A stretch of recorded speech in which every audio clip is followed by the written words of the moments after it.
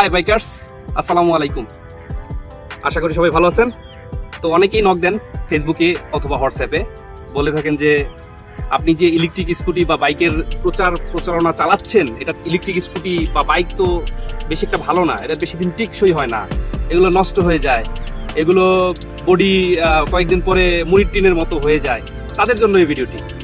আমার বাস্তব অভিজ্ঞতা থেকে বলতেছি, আমার 2 বছর প্লাস এই ইলেকট্রিক স্কুটি বা অথবা বাইক, ই বাইক, ই সাইকেল বলেন, মানে ইলেকট্রিক সাইকেল বলেন বা ইলেকট্রিক বাইক বলেন বা স্কুটি বলেন, যেটাই বলেন, আমি 2 বছর উপরে ইউজ করতেছি। অতএব আমার নিজের বাস্তব অভিজ্ঞতা থেকে বলতেছি এবং বাস্তব অভিজ্ঞতা থেকে তৈরি এই ভিডিওটি।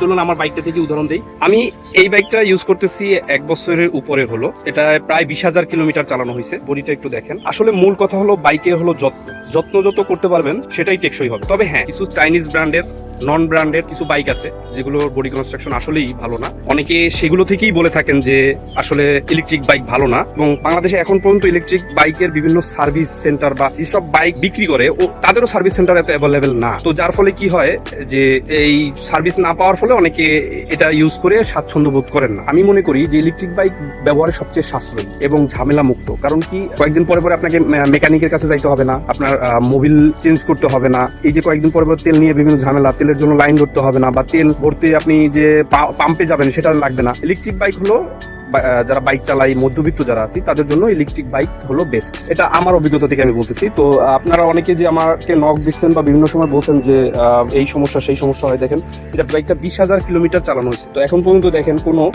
কোনো জায়গায় মরিচা পড়ছে? দেখেন আমি একটু দেখাচ্ছি কাছ থেকে একেবারে। কোনো জায়গায় কোনো মরিচা আছে বা কোনো জায়গায় কোনো বডির কোনো সমস্যা? এবং এটা 1 বছর 3 মাস কাছাকাছি এই বাইকটা ব্যবহার করা হয়েছে। অনেকে 1 বছরে 5,000 কিলো বা 6,000 কিলো 7,000 কিলো চালায়, কিন্তু এটা 20,000 কিলো চালানো হয়েছে। 20,000 কিলোমিটার চালানোর পরেও তারপরও দেখেন আমার এখন পর্যন্ত টায়ার খুব ভালো আছে। এখন পর্যন্ত টায়ার চেঞ্জ করা লাগে না বা তেমন মেজর কোনো সমস্যা এখন পর্যন্ত আলহামদুলিল্লাহ আমি ফিল করি নাই বা এখন পর্যন্ত পাই নাই আমি। তাছাড়াও আমি ফেসবুকের বিভিন্ন ইলেকট্রিক বাইকের পেজ এবং গ্রুপে পোস্ট করেছিলাম, তো সেখানে অনেকে রিপ্লাই দিয়েছে। দেখুন, অনেকে 10 বছর, 12 বছর, 6 বছর, 2 বছর, 6 মাস, 7 মাস এরকম ইলেকট্রিক বাইক ইউজ করতেছেন, তাদের কোনো সমস্যা হয় না।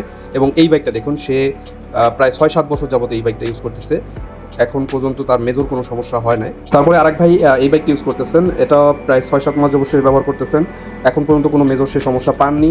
এবং অলরেডি সেই বাইকটা নিয়ে 2-3 বার করে গেছিলেন, তো সার্ভিস সেন্টার থেকে লোক এসে তাকে এটা ঠিক করে দিয়েছে। তো আশা করি বুঝতে পারছেন, ভালো ইলেকট্রিক বাইক কিনলে অনেক দিন টেকসই হয়।